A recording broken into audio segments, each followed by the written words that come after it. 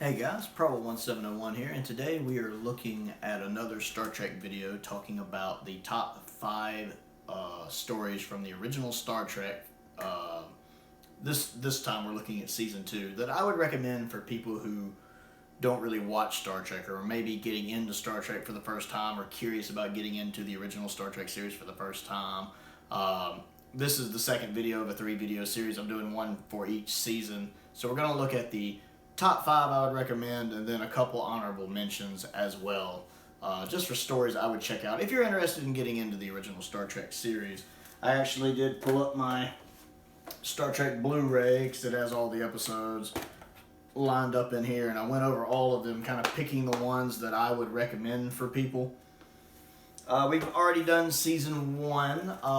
If you haven't seen that yet, I would check that out, as season 1 is considered the strongest season. I think that's debatable, but that is the general consensus. But season 2 is pretty strong as well, with some good gems. And the 5 I recommend are the Doomsday Machine, which is a really strong one, really lives up to its name.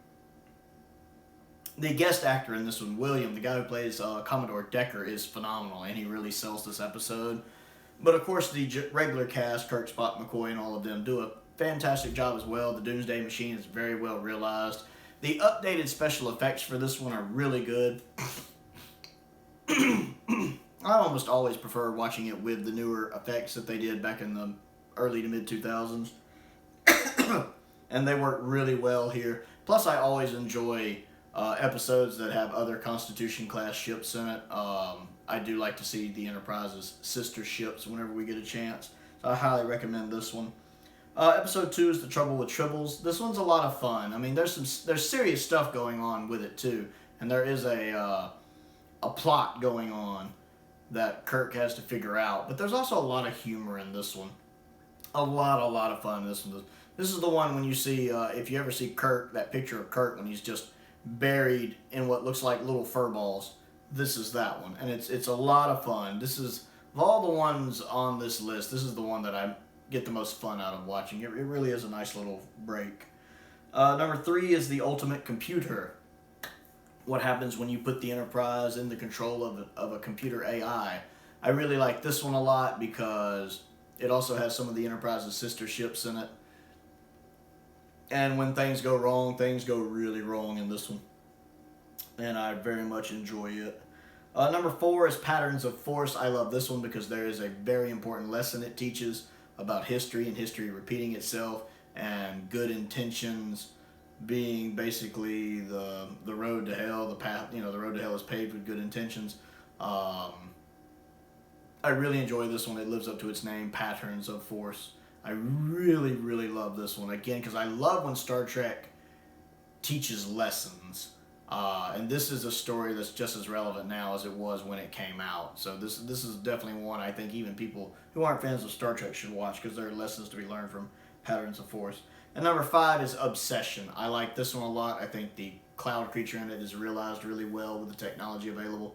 And again, this delves into Kirk's backstory some, which is neat. And I do think he gets some good character development here. Plus, I like a lot of the incidental music in it. So I think this is a really good one. A couple honorable mentions. Journey to Babel. I find that one really good. Mark Leonard is really good in this role. Really enjoy him here. We also learn more about Spock. There's some character development there. There's actually several different plot threads going on in this story, and they are utilized really well. There's an assassination attempt going on. There's a peace conference that someone's trying to threaten. It's really good. I highly recommend it. And then the other one is Assignment Earth, which was the season finale. I really like this one as well. I like the character of Gary Seven. And I could have seen him having his own show with him and the secretary going off on adventures together. I think it's a really fun episode. So those are the main ones I recommend from season 2. There are others that are good. These are just, again, I really limited myself to a top 5 pick and 2 honorable mentions. So if you're just getting into Star Trek Season 2, check those out. If you haven't seen my Season 1 ranking, check those out. Other things to do, click the subscribe button, click the like button, click the bell for notifications so you don't miss any other videos I put out. I do a video every day. I've also started a Patreon page where you can actually join for just $2 a month. The entry level is $2 a month. That's usually more just general help, general gratitude. But I have temporarily allowed all the tiers access to other stuff that usually only the higher tiers get. You have access to behind the scenes content, to outtakes and bloopers, and to polls. I actually have a poll up right now voting on the next Doctor Who story that I will watch and review, well, rewatch and review. I also have a behind the scenes video up detailing kind of my thought process on how I come up with videos.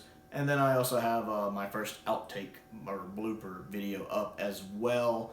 Normally, you get access to those starting at around the $10 level. If you do jump in at the $10 level, you also get video requests you can make. And the higher the levels you get, the more video requests you make. But right now, I've granted access to a lot of that at the $2 and the $5 level as well. So if that's something you would be interested in, a link to that will be down in the description below. Just to take a few seconds, look it over, see if there's anything there that interests you. Most importantly, though, stay safe out there, and thank you for watching.